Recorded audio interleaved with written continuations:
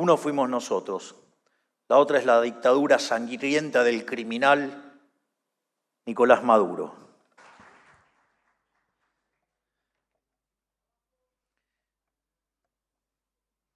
Buenos días a todos. Quiero transmitir mi agradecimiento a Susan Sigal, a Natalio Greenman y a los demás integrantes del Council de las Américas y también a la Cámara de Comercio y Servicios por haberme invitado a hablar hoy. Quedé medio agitado con el ahí de la vuelta. Lo que pasa es que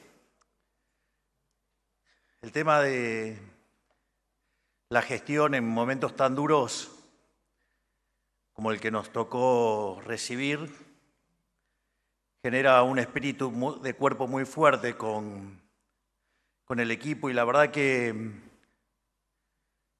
es increíble porque en el resto del mundo se está hablando del milagro argentino y sin los colosos que tengo como ministro esto sería imposible. Así que mi agradecimiento a todos mis ministros.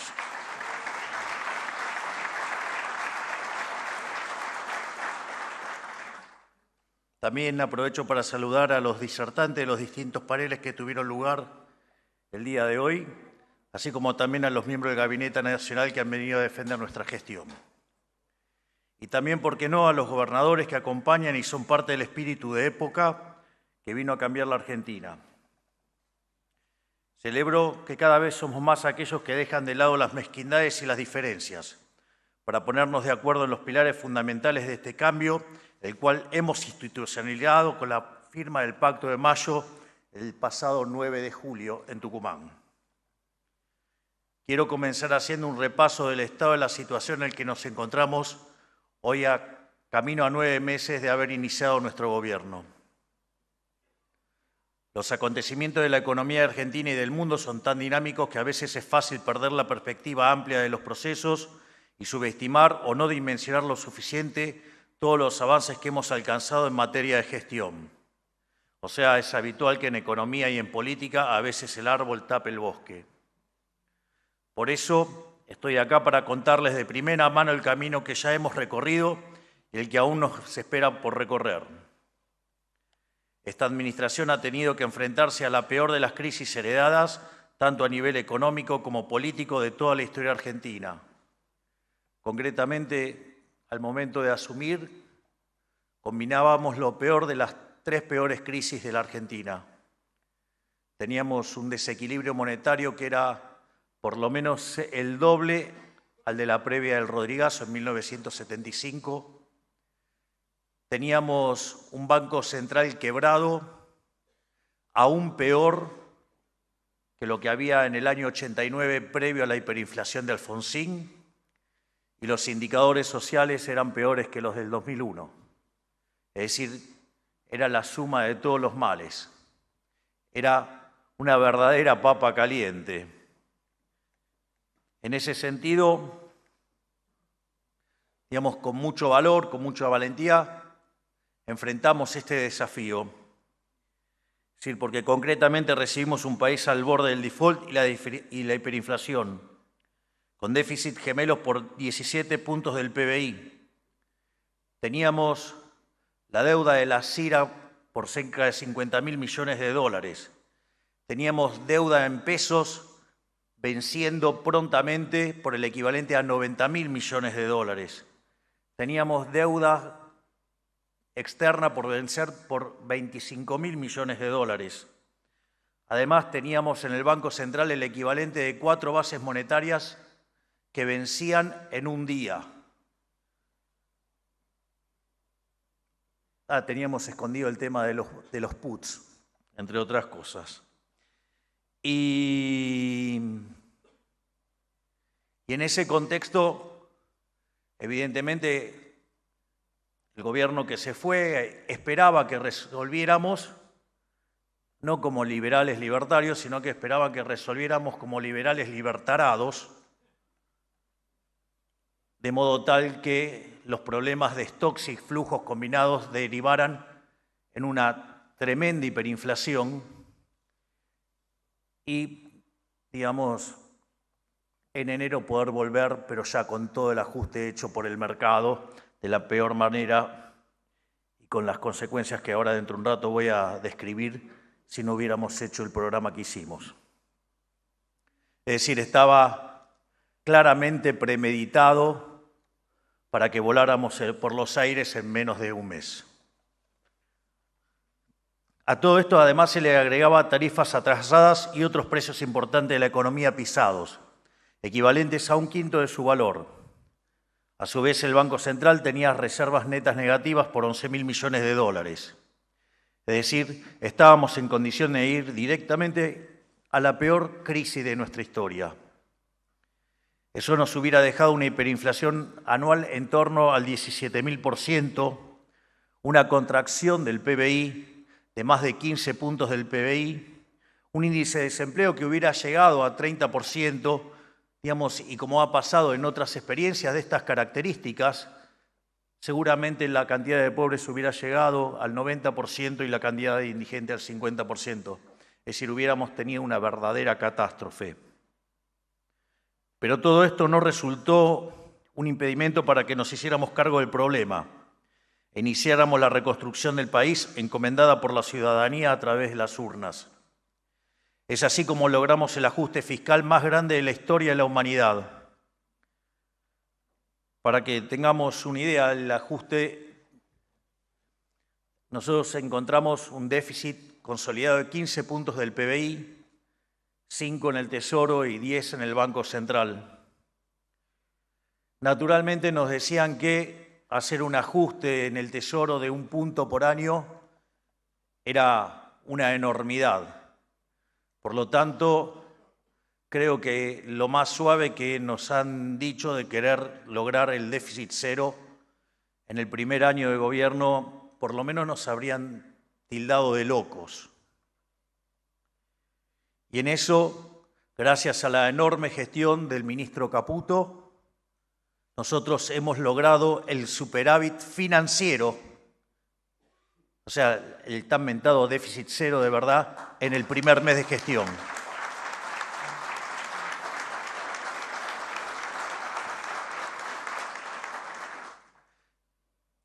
Si ustedes consideran que en los últimos 123 años de historia tuvimos déficit en 113, ya se van a dar cuenta que el logro es enorme.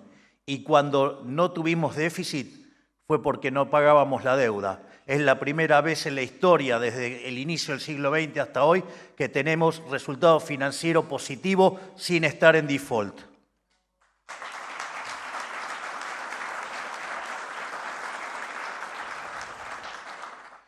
Por otra parte, estaba la cuestión del cuasi fiscal, que eran 10 puntos del PBI. Naturalmente nadie hablaba de ese tema. Un tema demasiado sofisticado para el público general, pero que era una bomba que efectivamente había que resolver.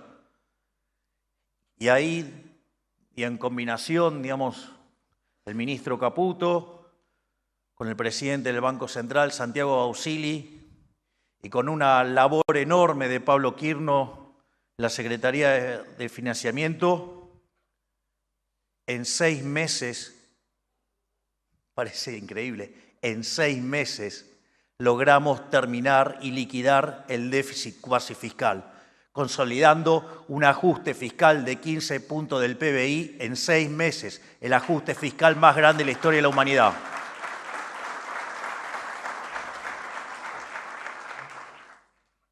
Terminamos con el financiamiento del Tesoro vía emisión monetaria. Bajamos la tasa de interés y progresivamente comenzamos a sanear el balance del Banco Central. Desde que iniciamos la fase 2 de nuestro programa, ya no existe ninguna canilla de emisión monetaria en la República Argentina. La hemos cerrado todos y es gracias a eso que la situación del tipo de cambio se ha estabilizado. Básicamente, nuestra hipótesis de trabajo es que la inflación es siempre y en todo lugar un fenómeno monetario. Para terminar con ese flagelo, hay que terminar con la emisión, porque ese aumento de la cantidad de dinero es lo que lleva a la pérdida del poder adquisitivo del dinero y eso hace que todos los precios expresados en unidades monetarias suban. El tipo de cambio es uno más, hay que entender eso. Si el tipo de cambio es un precio más de la economía. Y lo que hace el Banco Central con la cantidad de dinero es determinar la escala nominal de la economía. Hay algo sonando. Gracias. Entonces, en ese contexto, la primera etapa era el déficit cero para justamente cortar con la emisión para financiar el déficit fiscal. Se logró en el primer mes de gestión. No solo eso, sino que había que terminar con lo que hacía el déficit cuasi fiscal y terminar con los pasivos remunerados. Una vez que terminamos con los pasivos remunerados, también terminamos con el tema de los puts. Y en ese sentido, habíamos ido a un programa de exceso de oferta de dinero cero. Es decir, que la única forma que se iba a emitir dinero era por sector externo, es decir, compra de dólares, asimilando, digamos, la venta de dólares por parte del sector privado como la contraparte de demanda de dinero, es decir, con dólares ustedes compran pesos. Pero una de las cosas que nos dimos cuenta es que no era suficiente eso, porque en realidad, hasta que no terminemos de resolver los problemas del stocks, tenemos cepo. Y en esa situación, no es que los individuos están comprando pesos con dólares, sino que liquidan los dólares porque está el cepo. Por lo tanto, no es cierto que sea genuina demanda de dinero. Y a partir de eso fue que pasamos al sistema de emisión cero, mientras que tenemos cepo como consecuencia de que todavía no terminamos de resolver los problemas de los stocks. Eso es interesante porque de manera malintencionada o por ignorancia, hablan de intervención, de que estábamos interviniendo en el mercado de cambios. ¿Cómo sería un mundo o el equilibrio sin intervención? En el equilibrio sin intervención, la tasa de interés tiene que ser libre, porque es un mecanismo de coordinación intertemporal y no deberíamos tocarlo. El tipo de cambio sería libre y por lo tanto la variación de reservas sería nulo y la variación de la cantidad de dinero sería nulo. En este caso, digamos, como nosotros tenemos control de capitales por un problema de desequilibrios de stocks, que cada vez es más pequeño, en este sentido, la única forma de replicar el equilibrio de no intervención es justamente sacar los pesos que emitimos por compra de dólares desde el cepo. Y obviamente, como había brecha, por cada 3 dólares que se tradean en el MULC, y 2 tienen que volver y 1 queda dentro del Banco Central y la variación de la cantidad de dinero es 0. Con lo cual, si ustedes se fijan, este nuevo equilibrio tiene menos grado de intervención que el que teníamos antes de esto. Por lo tanto, no es que fuimos a un nivel de más intervención, sino que de menos intervención. Por eso yo a veces no sé si los economistas, después de tantos años de vivir en una economía dirigista, se les empastó el cerebro o son directamente burros. Pero, y obviamente que al quedar la cantidad de dinero fija, al quedar, digamos, justamente la escala nominal fija, ¿qué es lo que empezó a pasar? Empezó a caer el tipo de cambio. Y la convergencia entre los tipos de cambio paralelo y el oficial se está dando desde arriba hacia abajo y no como históricamente fue en Argentina, desde abajo hacia arriba. Es decir, nosotros no estamos dispuestos a devaluar para arruinar a los argentinos. Vamos a trabajar en cambiarle los niveles de productividad para que no se tengan que empobrecer los argentinos por culpa de los desaguisados de los economistas de mala calidad y por gobiernos de pésima y peor calaña.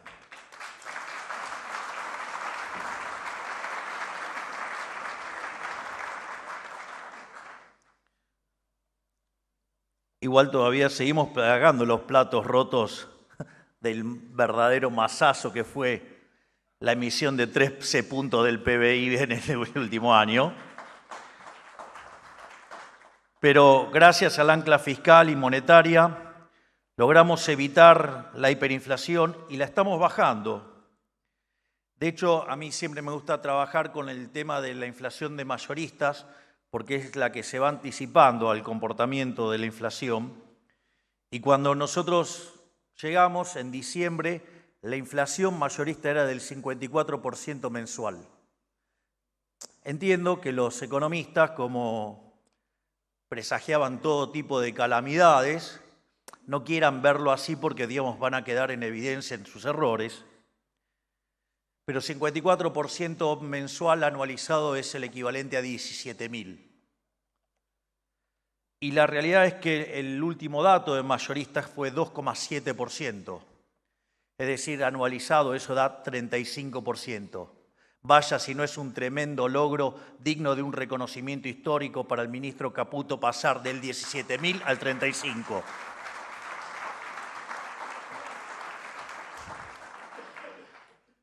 Pero tengo más para reconocerle al ministro Caputo todavía. Falta. Ahora, 2,7%, pero también tengo un sistema de crawling peg, es decir, que en algún sentido nosotros estamos habilitando ese piso de inflación de 2. Obviamente, porque hay que recomponer todo un problema de stocks. Y en ese contexto, si sacamos ese piso de 2, la inflación entonces estaría viajando a menos del 0,7 mensual. Es decir, que la inflación verdaderamente no ha bajado de 17.000 a 35, sino que ha bajado de 17.000 a 8%. Gracias, Toto.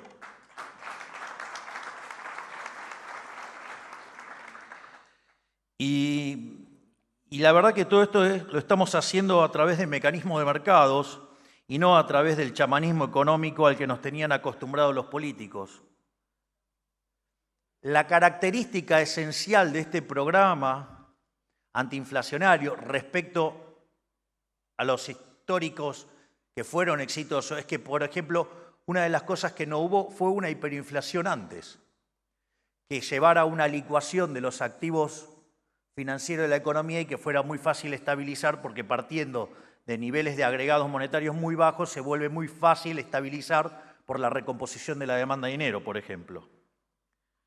Pero nos parecía muy doloroso ese equilibrio en caso de que los orcos nos hubieran permitido seguir gobernando con una hiper, ¿no? Por otro lado, lo hicimos también sin expropiaciones. Es decir, acá no hubo tal cosa como presagiaron muchos econochantas acerca de un plan Bonex. Ni que hablar de los imbéciles que hablaron de que hubo un plan Bonex cuando no lo hubo. Por otra parte, otro elemento distintivo de esto, no hubo controles de precios. No solo que no hubo controles de precios, tampoco se controló el tipo de cambio. Cuando en realidad con una economía con la inestabilidad de la demanda de dinero que tiene y el ejercicio y la ductilidad que tenemos para hacer el switch de portafolios a dólares y a fijar el tipo de cambio hace que sea mucho más fácil estabilizar. Y como si todo esto fuera poco, todo este proceso de estabilización lo estamos haciendo con recomposición de precios relativos. Es interesante, todo el mundo ve el milagro, menos los argentinos.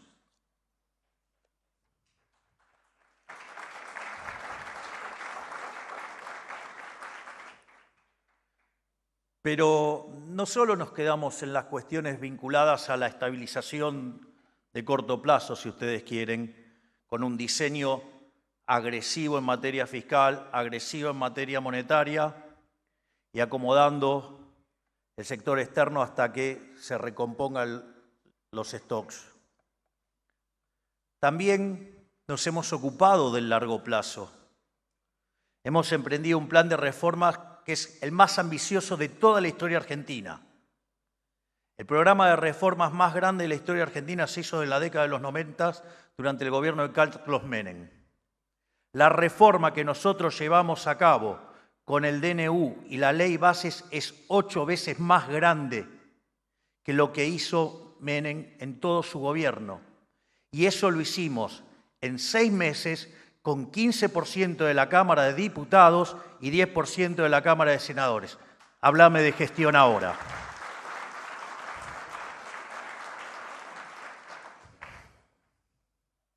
Además, nuestro programa económico tiene muchas aristas y frente de batallas, pero se sostiene sobre 3 grandes fundamentos. Una macroeconomía ordenada, sin trampas ni atajos, para darle una solución definitiva al problema de la inflación.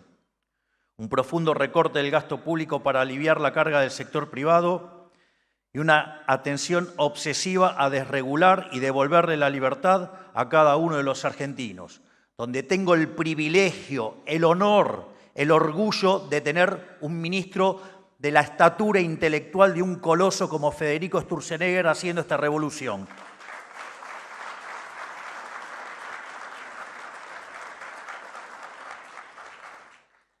Soy cholulo de mis ministros, verán. Digo, porque algún imbécil dijo que me rodeo de mediocres para lucirme yo. Pero bueno, ¿de qué se puede esperar del círculo rojo analógico? Pero bueno, ahí están. Que sigan prediciendo que ganaba Massa y todas esas cosas. Pero bueno, en ese sentido, para lograr el primero hemos asumido un compromiso innegociable con el equilibrio fiscal. La economía tiene reglas claras. La primera es que no se puede gastar más de lo que uno le ingresa. Punto, basta, se terminó, no hay más nada que decir. De hecho, cuando le dimos la espalda y nos pusimos a despilfarrar lo que no había, no solo nos fue pésimo, sino que lo que más perdieron son los que menos tienen, que pagaron los platos rotos con impuesto inflacionario. Desde inicios del siglo XX hasta hoy, en la metodología de Cerro Meloni, Argentina tuvo 22 crisis. De esas 22, 20 tienen origen fiscal. Está todo dicho.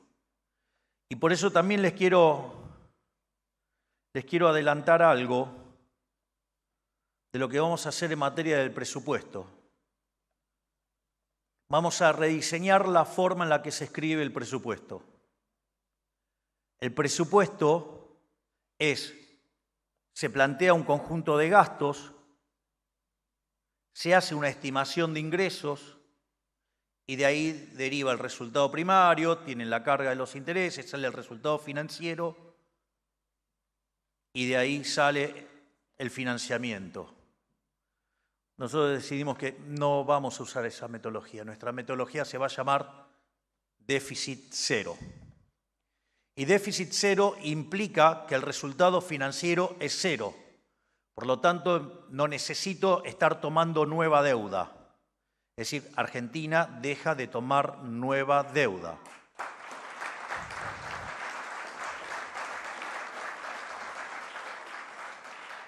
Aviso que rolear la deuda no es nueva deuda porque después aparecen los tipos que suman con dificultad y que no lo pueden hacer ni con un abaco. Y dice, ay, no, ay, tomaron deuda. Sí, digo, para rolear. Aviso porque, digo, vivimos en Argentina. No solo eso, una vez que ustedes van a déficit cero, eso quiere decir que la relación deuda-producto es no creciente. Por lo tanto, de cara al futuro, tendríamos que ver que se vaya desplomando el riesgo país. Y esto es interesante porque mientras que hubo un sacudón financiero en todo el mundo, ¿cuál fue el único lugar que subió y le fue mejor? Argentina. Pero no solo eso, eso quiere decir que entonces el superávit primario va a ser igual a los intereses. Y como está planteado en términos de déficit cero, se puede hacer que el presupuesto sea neutral en términos de ingresos.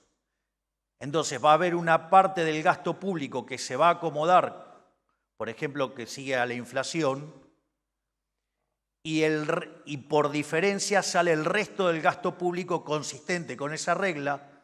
Para un escenario base se determinan unas partidas que van a ser después ponderadores, y eso es lo que va a permitir que en la medida que se ajusten los ingresos, dado el gasto con esa lógica, por diferencia se van asignando esas partidas, de modo tal que se diseña una regla para no violentar de ninguna manera el déficit cero. No vamos a tener déficit fiscal. Es más, en lo que tiene que ver con la inflación, la verdad es que en los últimos 15 años solo hubo 2 países en la región que presentaron una inflación anual al 20%, y todos sabemos cuáles son. Uno fuimos nosotros, la otra es la dictadura sangrienta del criminal Nicolás Maduro. Quiero ser muy claro con esto. La inflación anula cualquier tipo de proyecto de vida, de negocio o incluso de formar una familia. Resulta imposible calcular gastos o planificar un futuro digno con la inflación comiéndole el bolsillo a los argentinos. Por eso, terminar con ella es instrumental para recuperar la confianza de todos los actores económicos, que fue dilapidada por los gobiernos anteriores. Es por esas experiencias pasadas que aprendimos que ordenar lo fiscal y lo financiero es condición sine qua non para volver a crecer. Por más buenas que puedan ser las intenciones de un gobierno, sin una macro sustentable, todo lo demás es efímero. Digo, de vuelta, no va de la micro a la macro. Ustedes ordenan la micro y la macro es un desastre, digo, van a terminar mal. Por eso primero hay que ordenar la macro. Primero tienen que terminar y exterminar la inflación. ¿Para qué? Para que el sistema de precios empiece a transmitir la información de manera correcta y para que de esa manera se asignen los recursos eficientemente. No hay otro mecanismo.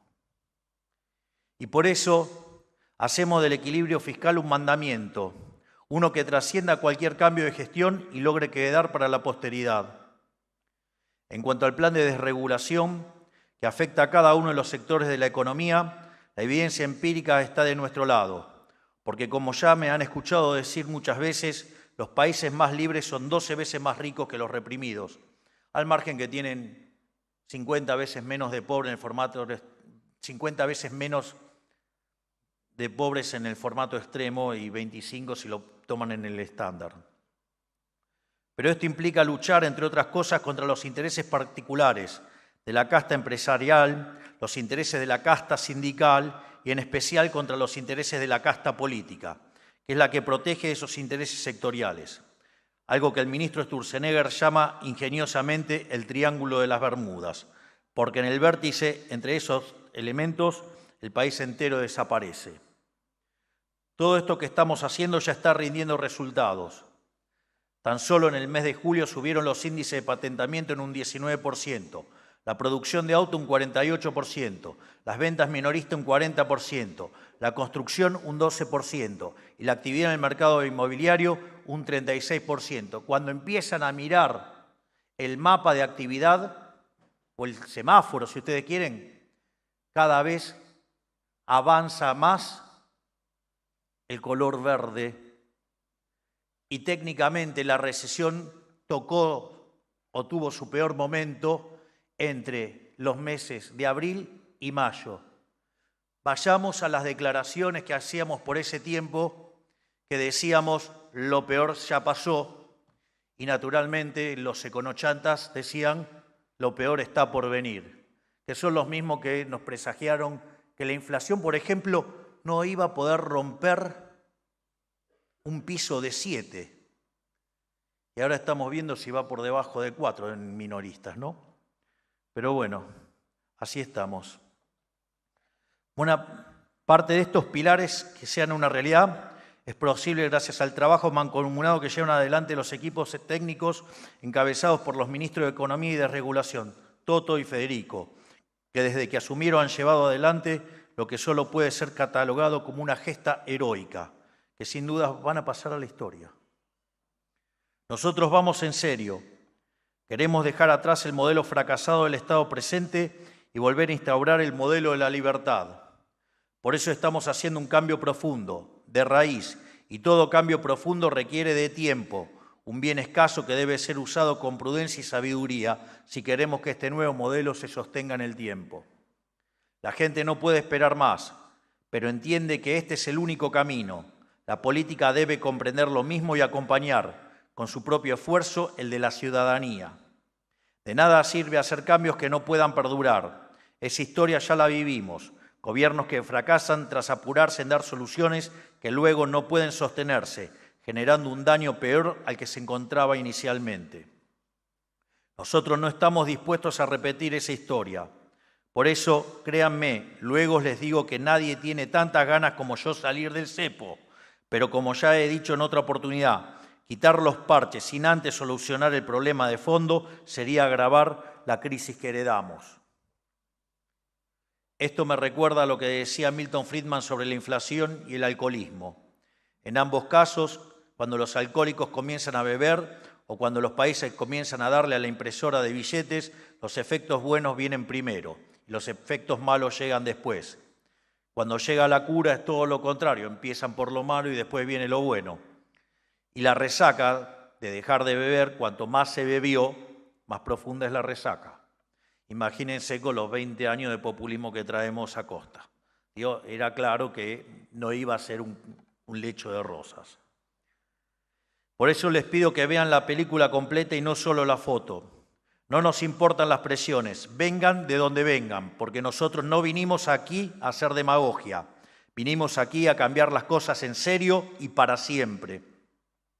En la medida que vayamos saneando el Banco Central, podremos retirar las restricciones cambiarias y eso generará mayor inversión y expansión de la actividad económica.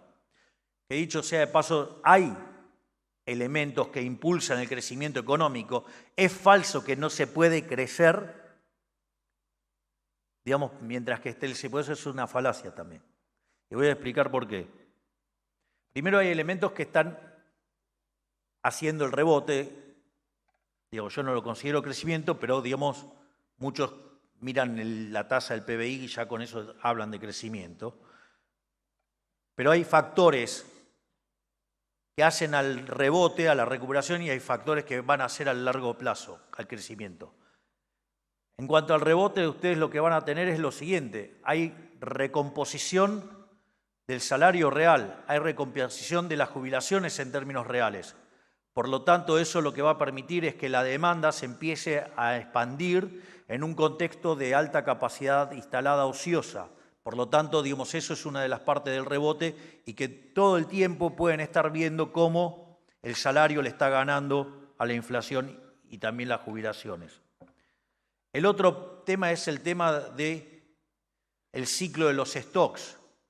Sobre el final del gobierno anterior, como se veía venir la crisis, muchas empresas que hicieron para cubrirse se estoqueaban. Eso hizo que la actividad durante la última parte del gobierno anterior no cayera todo lo que tenía que caer. Y eso exacerbó la caída que tuvimos durante la primera parte de este año. Por lo tanto, la propia recomposición de los stocks, eso va también a generar un rebote. A su vez también quiero mencionar sobre las cuestiones cuantitativas, porque todo con el plan Platita y con las expansiones y todo, en el último trimestre la economía el año pasado cayó 2,5%. Y nosotros haciendo el ajuste más grande de la historia de la humanidad, 2,6%. ¿Lo quieren tomar interanual para mostrar lo peor? 5,1%. Cuando en el 2002 se hizo el ajuste fiscal, no de estas magnitudes, bastante menor, la caída fue del 16%. Por lo tanto, digamos, eso también implica que el ajuste se supo hacer de manera inteligente y teniendo en cuenta la protección de los más vulnerables. Pero no solo eso, sino que además el crecimiento se genera por inversión y la inversión hay que financiarla y se financia con ahorro. El ajuste fiscal de 15 puntos del PBI lo que hace es devolverle el dinero al sector privado. Por eso, mientras que en diciembre discutíamos la hiperinflación, hoy discutimos créditos hipotecarios a 30 años. Es decir, esa carga del Estado, corriéndolo del medio, le está devolviendo los fondos al sector privado para que invierta y podamos crecer. Eso sí, yo no les voy a decir quién tiene que invertir. Yo no soy comunista, no soy socialista. Yo creo en el mercado, lo tienen que hacer ustedes. Vamos, háganlo.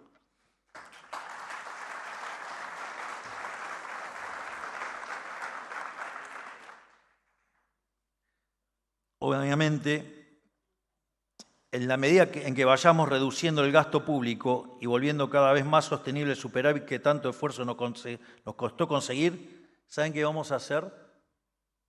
Vamos a bajar impuestos. Es decir, cuando sobre recursos, vamos a bajar impuestos.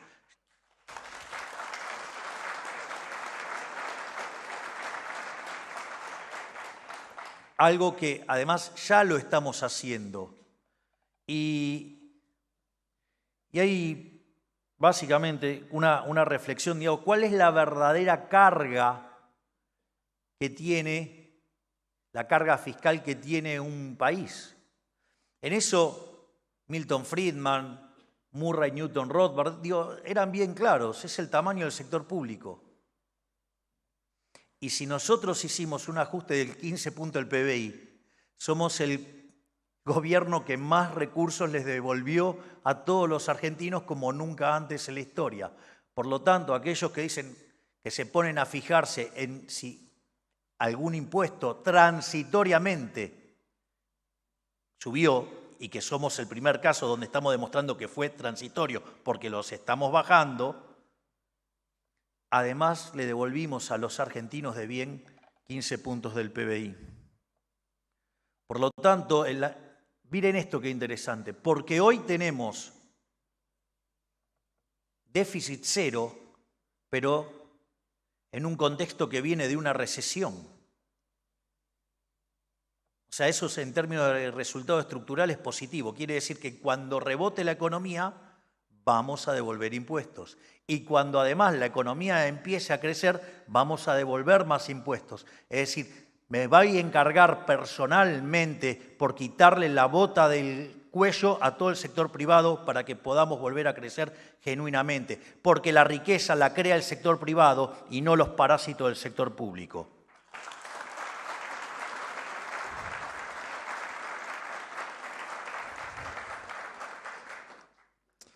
Obviamente que si no lo estamos haciendo a la velocidad que nos gustaría, es porque aún no están dadas las condiciones y dar el paso a las apuradas es poner en riesgo todo lo que hemos conseguido hasta ahora. Esto no es un tema menor. Es mucho más fácil hacerlo en el papel que instrumentarlo. En especial cuando del otro lado están los orcos. Entonces, claro, porque parece un chiste. Aparte, ¿sabes? Yo les voy a decir algo, esto lo dice siempre brillantemente de Pablo. Dice, digo, lo hace con el caso del cepo. Bueno, hay que abrir, hay que hacer esto, hay que hacer lo otro. ¿No? Ahora, si nosotros hacemos eso y nos llevaban puesto, terminábamos con una brutal crisis. Y cuando viene la brutal crisis, ese que estaba escribiendo desde un escritorio estas cosas cómodamente, agarra y dice una cosa, ¿por qué no se debería haber hecho esto? Ustedes se dan cuenta, ¿no? Es decir, lo único que hace es cambiar lo que escribió en el papel. En el medio, digamos, se pueden llevar puesto un gobierno. Entonces, lo que nosotros vamos a hacer es respetar los tiempos y condiciones que tiene nuestro programa económico, el mismo que le propusimos a la sociedad y el mismo que acompañó con su voto. Si ustedes se fijan, nosotros no fijamos las metas y tiempo. Nosotros lo que hacemos es, vamos cumpliendo metas y en la medida que vamos cumpliendo las metas, vamos dando los pasos y vamos avanzando. Es decir, entonces, ¿cuál es la ansiedad? Sacar el cepo, es decir, la fase 3. Bueno, ¿eso cuándo va a ocurrir? Cuando hayamos cortado definitivamente con la emisión monetaria. Eso va a ocurrir cuando la base monetaria en el formato convencional termine de igualarse a la base monetaria amplia, que quiere decir que todo el sobrante de dinero se eliminó. La contracara de eso van a ver que la tasa de inflación va a estar muy parecida o tendiendo a cero, y quiere decir que cuando eso pase no existe sobrante de pesos. Si no existen sobrante de pesos, claramente puedo abrir, porque es como darle un revólver sin balas. Por más que quieran tirar, no pueden porque no van a tener balas. Y como nosotros estamos sacando todos los pesos, y como de acá en adelante, además vamos a sacar cerca de 8 billones de pesos, le puedo asegurar que lo que le va a faltar a esta economía son pesos. Y cuando eso pase, porque ahí entran todos en alerta y les agarra ataques de desesperación, claro, digo, nunca en su vida vivieron el mundo con la cantidad de dinero fija. Nosotros hablamos de competencia de monedas o el término de dolarización endógena. Lo voy a plantear en dólares porque es más fácil, digo, para que así no estoy hablando de cosas que les pueden resultar muy abstractas. Si ustedes tuvieran tipo de cambio fijo, el aumento de la demanda de dinero se va a traducir en ¿qué? Que con sus dólares compran pesos. Y eso es lo que expande la cantidad de dinero. En ese caso, la oferta de dinero está mapeada con la demanda de dinero. Pero ¿qué es lo que pasa? Ustedes están dejando esos dólares adentro del balance del Banco Central. ¿Y cuál es el problema con eso? Que siempre puede aparecer un gobierno de delincuentes y manotear las reservas del Banco Central. Digo, que son los mismos imbéciles que dicen, no, el problema de la nueva regla monetaria es que ahora no acumulamos reservas. Y entonces no podemos pagar la deuda. Primer punto, ¿qué quiere decir? Que entonces los países que tienen tipo de cambio libre defoltean. Digo,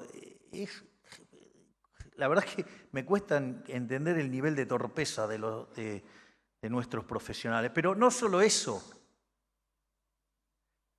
Vamos a seguirles el razonamiento. Entonces, ahora compramos los dólares desde el Banco Central para que el Tesoro pague la deuda.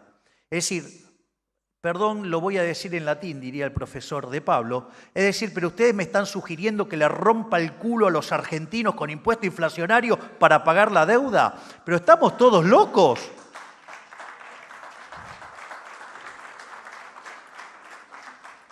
Los dólares se compran con superávit fiscal. Los dólares los va a comprar el Tesoro en el mercado de cambios, no falsificando dinero y estafando a los argentinos de bien. Y en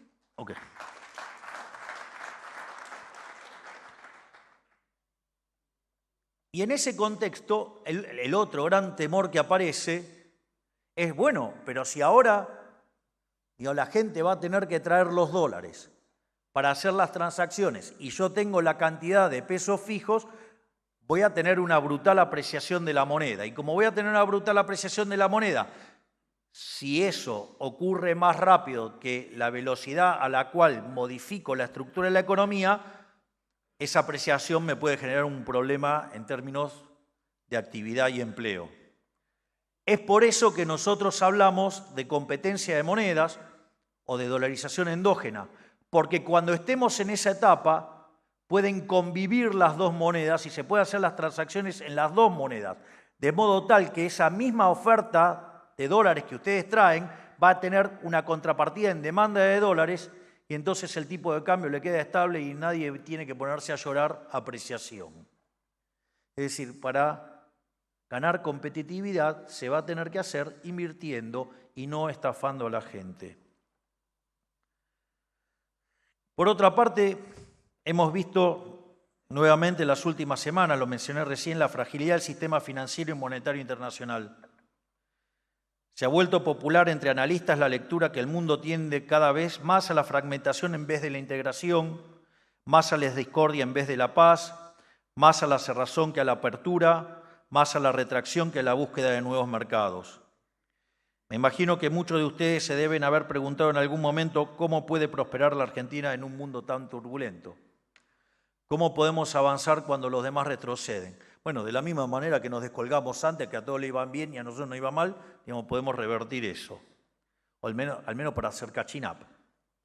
Yo les digo, no teman, porque contamos con ventajas que muchas veces no se ven, pero que gran parte del mundo no tiene, que son anclas que nos protegen frente a eventuales tormentas. La primera y más importante, nosotros estamos purgando al sistema económico argentino de un cáncer de décadas, que es el populismo monetario. En Argentina no va más tirarle una alfombra encima a las crisis tomando deuda e imprimiendo dinero. Aprendimos de una vez y para siempre que no sirve salir de la crisis con emisión. Lamentablemente, lo mismo no se puede decir del resto del mundo libre, que cada día se endeuda más y cada día licúa más el valor de sus monedas. Por eso no es casualidad que en el mundo el poder adquisitivo de la gente de a pie sea cada vez más bajo, a pesar de que las valuaciones de las empresas son cada vez más altas.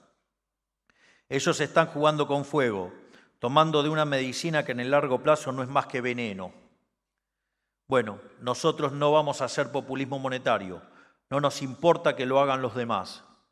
Tenemos honestidad intelectual y un compromiso que hemos asumido con la sociedad para salir de la crisis que heredamos haciendo los deberes y con crecimiento genuino, no haciendo chamanismo económico que a la larga siempre engendra pobres que son los que terminan pagando esto.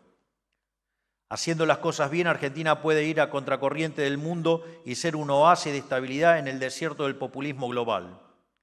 Segundo, 25 años de populismo económico, de default, violación de contrato y de imprevisibilidad jurídica nos han dejado en un país descapitalizado, con sus mejores empresas subvaluadas y con casi 300.000 millones de dólares de los argentinos fuera del sistema. Tercero, es en momentos de incertidumbre en las finanzas globales que las ventajas comparativas de los que gozamos como nación destacan por su valor. Tenemos sectores primarios dinámicos con fuentes de recursos inagotables, recursos que el mundo necesita y seguirá necesitando, esté en crisis o no. Tenemos la segunda reserva de shale oil más grande del mundo. Producimos alimentos para 500 millones de personas. Contamos con la tercera reserva de litio más grande del mundo. Reservas enormes de cobre aún sin explotar. Energía solar, eólica, hídrica, el acuífero guaraní y por si fuera poco tenemos recurso humano de primera categoría en todos los ámbitos profesionales. Tengo mis dudas con los economistas, gracias a los cuales hoy Argentina deja de ser una huella en el mundo a pesar de la trágica administración política del último siglo. De eso sí tenemos los peores del mundo. Digo, si no, no hubiera ganado yo.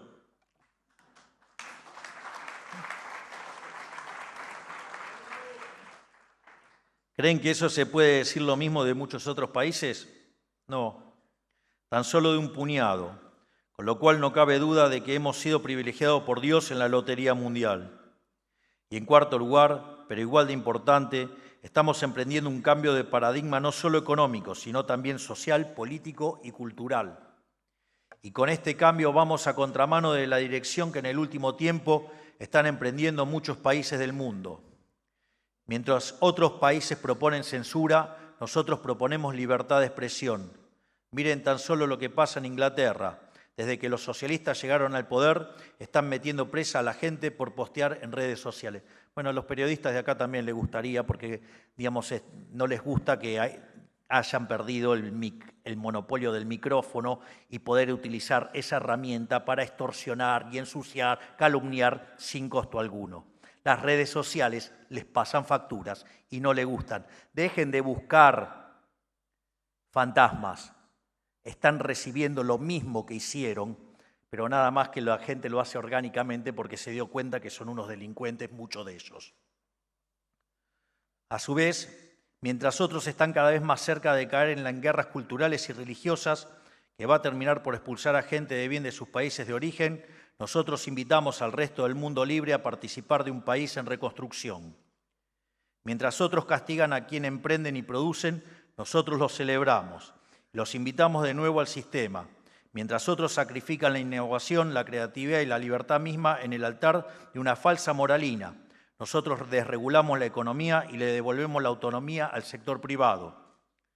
Los argentinos ya nos dimos cuenta de que toda la perorata buenista es una estafa al servicio de la opresión. Ya nos dimos cuenta de que siempre los que se hacen los paladines de la moral y los defensores de los desahuciados terminan siendo los autores de las peores atrocidades. Y vaya que el sistema está crujiendo.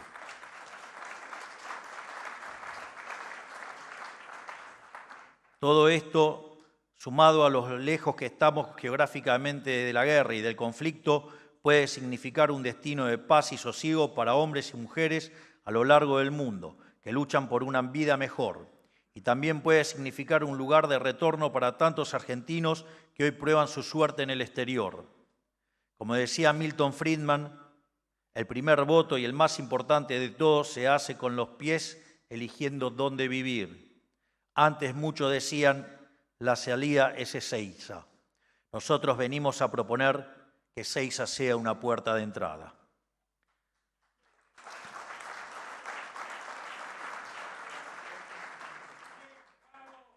Gracias.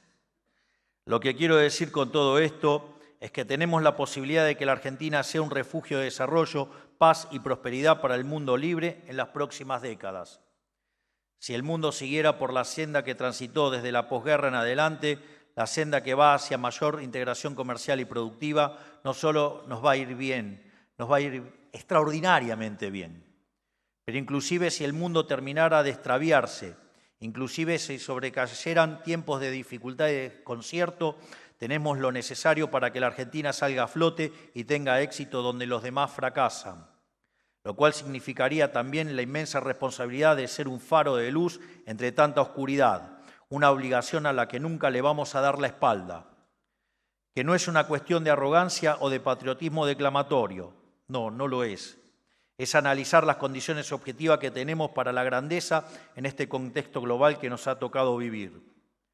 Con lo cual, cuando decimos que las fuerzas del cielo nos acompañan, no es solo una expresión de deseo, sino la manifestación de una concatenación de hechos que sugieren que la Argentina está frente a un cambio de época.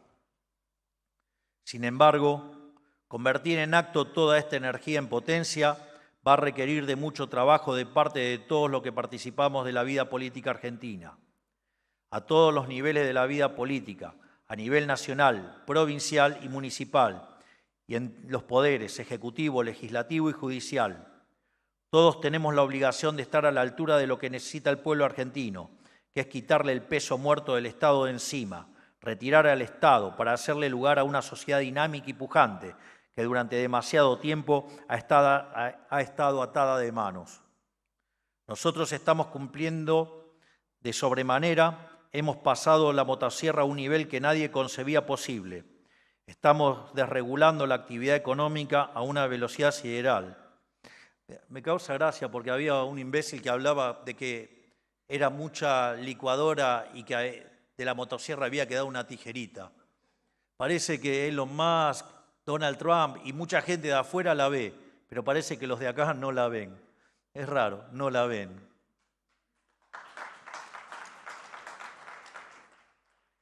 Pero volviendo a lo que estaba diciendo respecto a lo que excede a los estados, al Estado Nacional, especialmente a los jefes de estados provinciales, nos comprometimos en Tucumán a la inviolabilidad de la propiedad privada. Nos comprometimos a promover economías libres y desreguladas, aliviadas de la asfixia burocrática.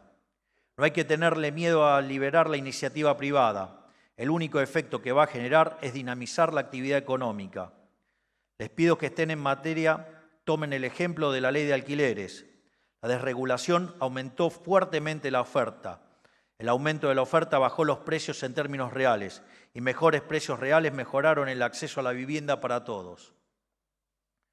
Las provincias también se comprometieron a ayudar a bajar el gasto público de 40 a 25 puntos del PBI. Quiero ser claro, solo con el ajuste nacional no alcanza. El 44% del gasto del Estado de nuestro país corresponde a las provincias y los municipios. Por cada empleado del Estado Nacional hay 3 empleados provinciales.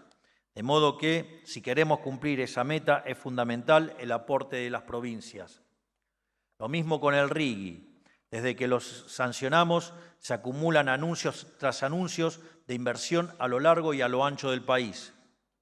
La sociedad tiene que saber que las grandes inversiones no van a llegar a las provincias que no adhieran al régimen. Y los políticos negadores de la realidad tendrán que elegir entre quitarse sus anteojeras ideológicas y acompañar el cambio, o condenar a sus propios ciudadanos privándolos de mayor actividad, más trabajo y más riqueza en sus distritos. O sea, el camino de la libertad es, a la larga, un camino de reconciliación de la política con la ciudadanía. Pero en definitiva, esto requiere que todos hagamos un ejercicio. El ejercicio de sacar la mirada de corto plazo y llevarla al largo plazo. Y también de sacar la mirada del pago chico y el interés particular y poner el foco en lo que nos llamamos equilibrio general intertemporal. Si todos, no solo algunos, practicamos el ejemplo que pontificamos, no solo algunos honramos los compromisos firmados en Tucumán, no tengo duda de que saldremos adelante más rápido de lo que cualquiera se imagina. Por último, para despedirme, quiero agradecerles una vez más la invitación a las autoridades del Cónsul de las Américas y de la Cámara Argentina de Comercio y Servicios por la invitación y por la cálida bienvenida. Agradecerles también a todos ustedes los presentes por escucharme. Hoy me puse un poquito denso, pido perdón, pero el orden espontáneo es así. Digamos, decidí abrir muchas ventanas en el discurso y a veces pasa. Y quiero además invitarlo a acompañarme en esta gesta por hacer de la Argentina el país más próspero y libre, pujante que alguna vez fue. Para que seamos nuevamente una tierra de oportunidades, para los que todos, como dice nuestra Constitución, decidan habitar el suelo argentino. Ese lugar con el que soñaban personas de a pie, de trabajo, castigados por el hambre y la miseria, que vinieron a la Argentina, donde era un paraíso en el cual podían reconstruir sus vidas. Un refugio de paz y prosperidad para quienes huyen del conflicto constante que paulatinamente envuelve al mundo. Tal como lo hicimos hace 120 o 150 años, pongan la marca donde quiera, pero 120 o 150, pero por ahí anda. Créanme que podemos hacerlo y vamos a hacerlo. Estoy seguro que todos ustedes que son protagonistas de la vida económica argentina cumplirán un papel fundamental en este proceso. Que Dios bendiga a los argentinos y que la fuerza del cielo nos acompañe. ¡Viva la libertad, carajo! Muchas gracias. Han sido las palabras del señor presidente de la Nación, doctor Javier Milei, en el marco de la Conferencia Anual Argentina, Perspectivas Económicas y Políticas. El señor presidente de la Nación procederá a continuación a retirarse del recinto. Que tengan una excelente jornada.